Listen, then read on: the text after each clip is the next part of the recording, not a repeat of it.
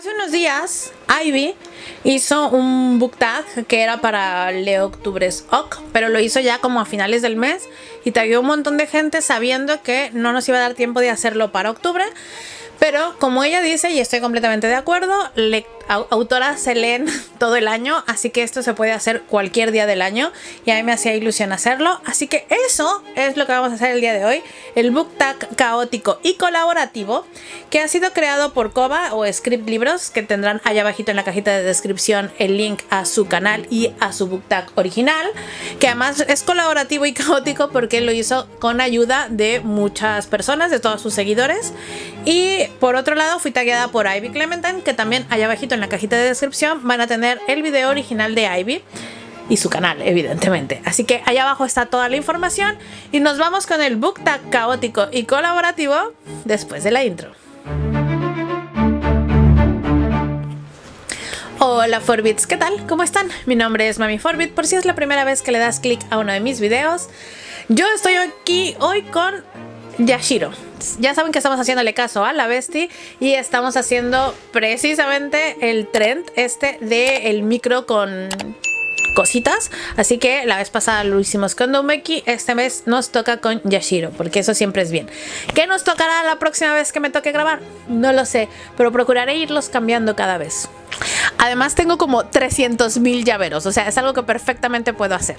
Así que eso vamos a ver que vamos a ir cambiando y eso también me hace ilusión. Al menos me sirve de aliciente para este tren del micro al que sigo sin acostumbrarme. Oigan, no hace falta que me enrolle mucho más porque todos sabemos que me voy a enrollar con las preguntas y las respuestas. Así que como no hace falta y todos sabemos que me voy a enrollar, mejor no le hacemos más de emoción y vamos a empezar. Número 1. Autora que combine fantasía con crítica social. Vale, lo primero que les quiero decir acerca de este book tag es que he intentado que todas las autoras que voy a mencionar aquí fueran hispanoamericanas.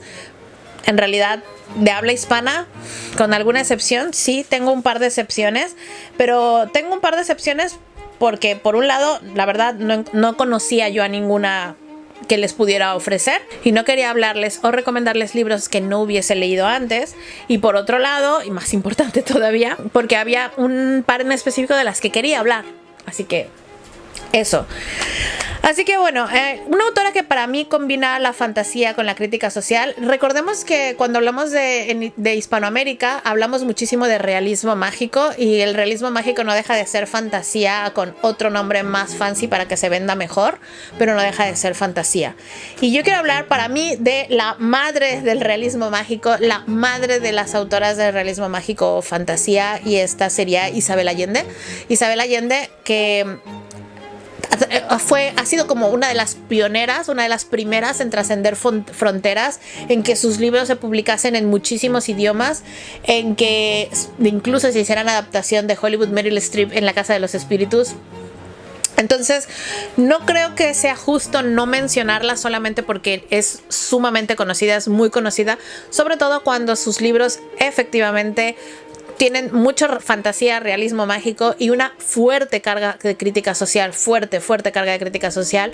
Isabel Allende denuncia mucho lo que pasaba en su país, lo que estaba pasando en su país y en Hispanoamérica, y que es una realidad además que se puede extrapolar a cualquier país latinoamericano e incluso yo diría que a cualquier parte del mundo. El ejemplo que yo quiero darles es La Ciudad de las Bestias, que es una trilogía juvenil, creo que es la única trilogía juvenil que ha escrito Isabel Allende.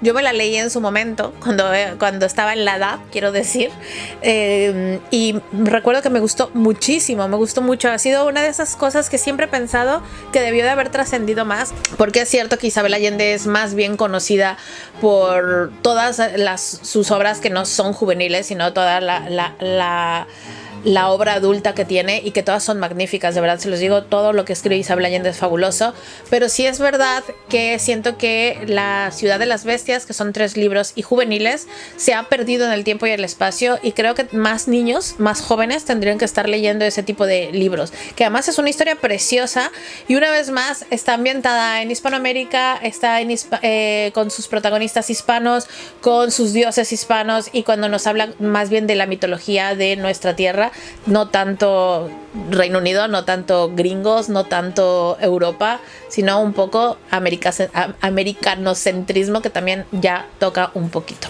Número 2. Ficción de género ambientada en su país. Pues Pelea de Gallos de Fernanda Ampuero. Ampuero además para mí tiene sus libros son todos muy poderosos, muy fuertes. Hay algunos que me han gustado más, algunos que me han gustado menos, pero Ampuero duele por todas partes. Ampuero además, a pesar de que es una ficción evidentemente reflejada en su país y evidentemente todo transcurre en su país, una vez más volvemos a la crítica y a la fuerza, donde no todo esto se extrapola y puede ser parte o formar parte de cualquier realidad, puede formar parte de cualquier país y de cualquier realidad femenina, porque al final de cuentas esto es una realidad que vivimos todas las mujeres. Ampuero retrata muy bien esa realidad, retrata muy bien esas situaciones, a pesar de que ocurren en su país, son perfectamente extrapolables. Número 3. Coming of Age o romance con fantasía urbana. Voy a hablar de Como agua para chocolate, que también es un clásico y que creo que la gente no se da cuenta que es un coming of age, y se me hace muy gracioso porque cuando hablamos de romance y tal, Como agua para chocolate es una obra mítica que no necesitaría presentación, ¿vale? Y cuando estaba haciendo este book tag, primero estaba como muy obsesionada en no repetirme con los nombres que ya no requieren presentación, como Isabel Allende, como Laura Esquivel con su Como agua para chocolate. Pero luego por otro lado pensé, igual también necesitamos reivindicar un poco estas obras porque ya nadie habla de ellas, precisamente porque son muy famosas. Entonces llega un momento en el que se han perdido. Entonces me he dado cuenta que cuando hablamos de Como agua para chocolate, normalmente las personas solemos hablar de ellos como una historia de amor entre dos adultos y un triángulo amoroso muy complicado, porque al final de cuentas es una historia muy complicada. Y no es así, es un coming of age. Nosotros acompañamos a Tita desde su nacimiento hasta su crecimiento y en la culminación de la novela. Así que sí, coming of age. Número 4. Autora que escriba microrrelatos. Amparo Dávila, señores y señoras, en serio, Amparo Dávila. Amparo Dávila escribe cuentos y también tiene microcuentos. De hecho, tiene uno que tiene, creo que 16 líneas, una cosa así, y cuenta ya como microrrelato. Y también tiene pequeños microrrelatos, no es como que su gran fuerte. Él sí hace cuentos muy cortos, repito, tiene algún cuento de 16 líneas, pero también hace microrrelatos. Aunque no es su fuerte, entra dentro de la categoría. Y además, si no han leído a Amparo Dávila, por favor, denle una oportunidad. Es maravillosa. Simplemente, Amparito, te queremos. Por cierto, este book tag lo hice con colaboración de La Ardilla, porque como yo estaba obsesionada que quería que todos fueran hispanohablantes, lo tenía muy claro y entonces lo estuvimos armando entre las dos. Fue muy divertido. Muchísimas gracias, Ardillita, por tu colaboración. Número 5. Autora que escriba ciencia ficción. Vale, voy a hablar de una autora que poca gente conoce y se llama Gabriela Damián Mirabete, que ella escribe ciencia ficción, es mexicana, y escribe ciencia ficción especulativa y además con muchísima conciencia social, cosa que también es bastante interesante. Creo que poca gente la conoce porque al menos de este lado del charco, por acá por las Europas, no se ha publicado nada de ella. Sé que hay un relato de ella en El tercer mundo después del sol, la antología de ciencia ficción latinoamericana que ha hecho tristemente Minotauro, que además también viene con una fuerte crítica social ese libro, porque no es un libro que podamos recomendar. Hay cosas turbias en ese libro, ya se los contaré en otro video, les cuento la chisma, pero bueno, por lo pronto creo que ella tiene un relato ahí, pero independientemente del relato que tenga ahí o no, toca temas muy interesantes y tiene una manera de escribir que a mí personalmente me gusta mucho, y sí creo que me gustaría que más gente la conociera. Me gustaría que de este lado del charco se dijera más su nombre, se pasaran más obras de ellas y que no estuviese condenada simplemente a el pequeño nicho que es México, ¿no? Número 6. Autora que aprovecha su world building para hacer reflexiones filosóficas o sociales. Este nos costó, porque cuando leímos la pregunta, la ardilla y yo estábamos en modo de todas, güey. O sea, no conozco una sola escritora en Latinoamérica que no utilice su world building para hacer una fuerte crítica social y para hacer una fuerte reflexión de género. Todas las pinches morras son bien chingonas en América y todas utilizan su voz para denunciar y alzar la voz y para demostrar cosas guays. Entonces era como muy difícil, o al menos a nosotras se nos hacía muy difícil a las dos, y estábamos las dos en plan de es que no sé a cuál de todas elegimos, y decidimos hablar de Anna Marie McLemore.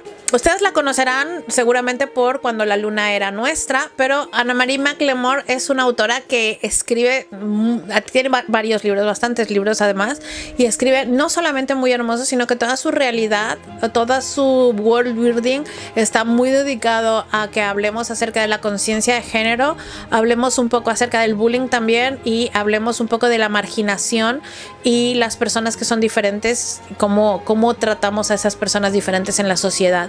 Creo que esa parte de que escribe precioso, personalmente ya saben lo que les he dicho siempre, para mí Cuando la luna era nuestra es uno de los mejores libros que tiene la editorial actualmente, Duerme Vela. Así que yo, ¿qué quieren que les diga? Estoy una gran enamorada de la autora, y sí, creo que viene con muchísima conciencia, viene aprovechando todo lo que ella escribe, todo lo que ella hace para concientizarnos, y eso siempre se agradece. Número 7. Autoras de terror de habla hispana. Hay varias, ¿vale? Hay varias, y me encantaría hablar, por ejemplo, de Pope o de Madruga, que también es maravillosa. De la que no voy a hablar, ya saben que va a ser Mariana Enríquez. A Marianita la dejamos en paz un rato. Vamos a hablar de Liliana Bloom. Liliana Bloom a mí me sorprendió este año. Yo la conocí el año pasado, me parece. No me acuerdo si el año pasado o este año. O sea, la conocí recientemente. Y el primer libro que me leí de la autora fue El monstruo pentápodo, que creo que no tiene reseña en el canal. En el caso de que sí la tenga, la estarán viendo por aquí. Y en el caso de que no la tenga, vergüenza sobre mi vaca, y se las voy a grabar a continuación. El punto, o lo que quería decir, es que creo que es uno de los libros más fuertes y más crudos que me he leído este año. Liliana Bloom nos presenta una realidad verdaderamente horrorosa que viven muchísimas niñas, no solamente en Hispanoamérica, sino en muchas partes del mundo. Y creo que es importante decir que no suaviza la realidad, sino que la cuenta tal cual, dura y durísima como es. Liliana Bloom tiene muchas historias. Yo no diría que es una escritora de terror propiamente dicha, pero para mí esto es terror urbano puro y duro. O sea, de hecho creo que he llegado a ver incluso que la categorizan como en contemporánea o en ficción de género, cosas así. Para mí es terror urbano del bueno, o sea, del bueno y del duro, porque es verdaderamente terrorífica, y además retrata una realidad que no es ajena a nosotros, y eso todavía lo hace más doloroso y más terrible, porque si bien sus libros no están basados en hechos reales, se siente como si sí, y eso es todavía peor. Número 8. Autora que tenga relación romántica sana. Y esta es mi excepción, porque yo quería hablar sí o sí de Susana Herrero. Susana Herrero es una de mis escritoras de romántica favoritas, a pesar de que tiene muchísimos libros heterosexuales. Te quiero, Susana, te perdono. Tus heterosexuales son mi excepción a mi regla. Estoy enamorada también de tus heterosexuales, tengo que decírtelo. Y es que estoy absolutamente enamorada de sus historias en general, aunque yo sé que le he hecho reseña hater a alguna de sus historias, lo sé, pero créanme que son la excepción y no la regla. Soy la persona más cansina del universo. No me voy a cansar nunca, jamás en la vida de recomendar los libros de Susana Herrero. Los Cabana son mi saga favorita, sin contar el primer libro, mi saga favorita sobre la faz terrestre. La he escuchado como 100 veces. Vive en mi corazón. El Car original, el Car Tenis, vive en mi corazón. Chris y Arturo son lo mejor que ha pasado por esta vida en existencia, y actualmente estamos en el Car Hockey y estoy enamorado de todos los personajes del Car Hockey. Y una cosa que me gusta de Susana Herrero, y por eso la quería mencionar a pesar de que no es hispanoamericana y es española, es que Susana Herrero sabe crear relaciones intrapersonales muy sanas y muy afectivas. Sus personajes no tienen la masculinidad frágil, no temen mostrar amor y afecto entre ellos, no le tienen miedo al bromance, y estamos ahí por el bromance, por las amistades, por las familias unidas, por la idealización que tiene de las amistades y de la familia. Incluyendo por supuesto las relaciones amorosas, que toda la mayoría de ellas, sus libros, son relaciones que se construyen y no son insta-love, no son mágicamente así aparecen y ya está, nos amamos, sino que esas relaciones se van construyendo. Sus conflictos no suelen ser conflictos pendejos de es que no me dijo, yo pensé, tú no me dijiste. Los libros que he criticado, los libros que le he hecho reseñas, precisamente porque tienen esos conflictos pendejos con los que a mí me molestan, pero el resto de libros la verdad es que no. Sus libros no tienen ese tipo de conflictos, sus conflictos son otros, y también me gusta ver cómo crecen como parejas y como en las relaciones. No sé, a mí Susana Herrero para mí es lo mejor que hay en el panorama de la novela romántica actualmente. También se los dice una persona que no lee romántica, así que, a ver, tómenlo de quien viene, ¿vale? Número 9. Autora autopublicada. Adivinen. Pues solamente les voy a hablar de mi ardillita bonita. Por supuesto que sí, tengo que hablarles de la ardillita, que tiene autopublicados 2 libros. Algún día sacará un tercero, supongo. Cuando ella esté lista para sacar un tercero, yo estaré lista para ayudarla y seguir apoyarla en todo, y que hagamos el proceso juntas y que nos peleemos en el proceso y nos reconciliemos.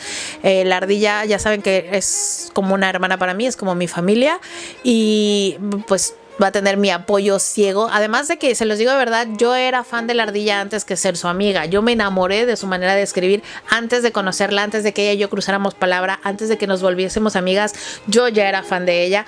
Yo no recomiendo los libros de la ardilla porque la ardilla sea mi amiga, sino que yo me hice amiga de la ardilla porque me enganché a sus historias, ¿vale? Entonces, obviamente les voy a recomendar, para mí, After Class es mi libro favorito de la ardilla, pero también les voy a recomendar Kawaii Pink, que también es un libro muy, muy, muy divertido. Ambos están en Kindle Unlimited y también los pueden comprar por Amazon. Número 10. Autora que sea bilingüe. Bueno, francamente no entendí muy bien esta pregunta porque no sabía si el libro tenía que ser como bilingüe, en plan escrito en 2 lenguas, o si la autora es bilingüe y escribe sus libros tanto en castellano como en el otro idioma. En este caso yo elegí a Silvia Moreno García porque la autora es bilingüe y escribe ella sus libros en ambos idiomas. O sea, no los escribe en inglés y un traductor se los traduce, valga la redundancia, ella los escribe en ambos idiomas, lo cual se me hace lo más inteligente del universo. Así que para mí fue Silvia Moreno García, porque la tomé como autora bilingüe, que ella solita escribe sus pinches libros en los 2 idiomas. Ahora, si es un libro que tenga que tener como 2 idiomas, el único que se me ocurre es Devoción, de Hannah Kent, porque tiene algunas palabras en alemán que encima no están traducidas, o sea que tú te tienes que buscar la vida y traducírtelas. Nosotros lo leímos en el club de lectura de Mami Forbit y tuvimos la buena fortuna de que Cochecite habla alemán y estaba ahí con nosotros, entonces nos fue traduciendo esas palabras y de hecho nos daba hasta contexto histórico de las palabras o de las festividades típicas o de las comidas típicas y tal, así que muchas gracias Cochecite por leerlo con nosotros. Y la verdad es que fue muy bien, pero también es como un libro bilingüe porque las palabras en alemán no tienen ninguna traducción ni un pie de página, nada, es en plan búscate la vida y ya está. Así que por un lado tengo a Silvia Moreno García, que es hispanoamericana, mexicana para ser exactos, bueno, México-estadounidense, México-gringa. Y por otro lado tengo a Hannah Kent, que no es hispanohablante. Así que esas 2. Número 11. Autora que habla de salud mental usando la fantasía. Para mí, Flor Canosa. Flor Canosa además tiene un libro que además creo que se llama Pulpa, editado por Horror Baco, y una editorial que por cierto a mí me gusta muchísimo. Y aunque toca temas del dolor, el BDSM, pues nada, que Frida tocó la puerta y entraron todos los niños de golpe. O sea, yo le abrí a Frida y entraron todos los niños. Y ahora vamos a tener niños rondando por aquí.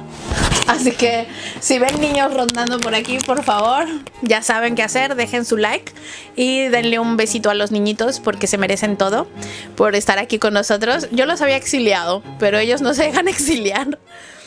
No, Shina, no te voy a abrir, lo siento. ahora cuando acabe. Vale, entonces Flor Canosa tiene pues este libro sobre el BDSM y el dolor, etcétera, etcétera, que además es muy distópico porque es una sociedad en la que no se permite el dolor. Y para mí, no voy a decir que es fantasía, porque además sí que creo que lo que es más bien como pues, es distopía, que es un subgénero de la fantasía, así que sí, cuenta. Y Flor Canosa. Número 12. Autora que escriba LGBTIQ+. Voy a recomendarles otra mexicana. Oigan, no puedo evitarlo. No puedo evitar recomendarles compatriotas. Y efectivamente es Artemisa Telles, que tiene un libro que se llama Crema de Vainilla, que yo lo leí hace un par de añitos.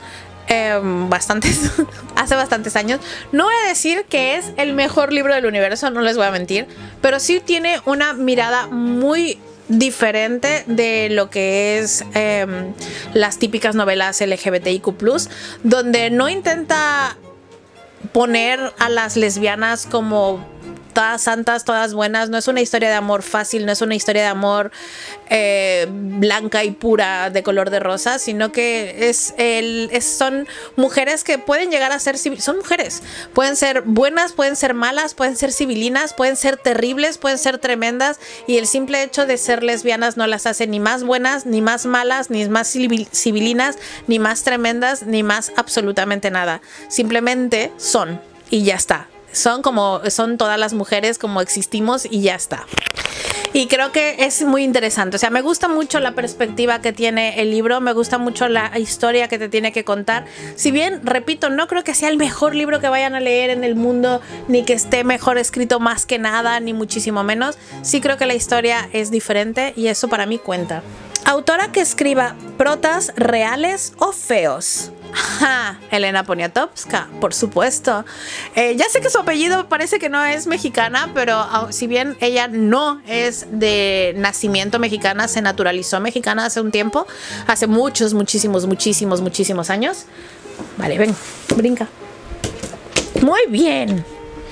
Hace muchísimos años ya ella es mexicana, se siente mexicana y por ende para todos nosotros es mexicana. Y Elena Poniatowska no es que haga personajes reales, o sea, ficticios tan reales que parecen reales, valga la redundancia, mucho real, sino que literalmente hace personajes reales.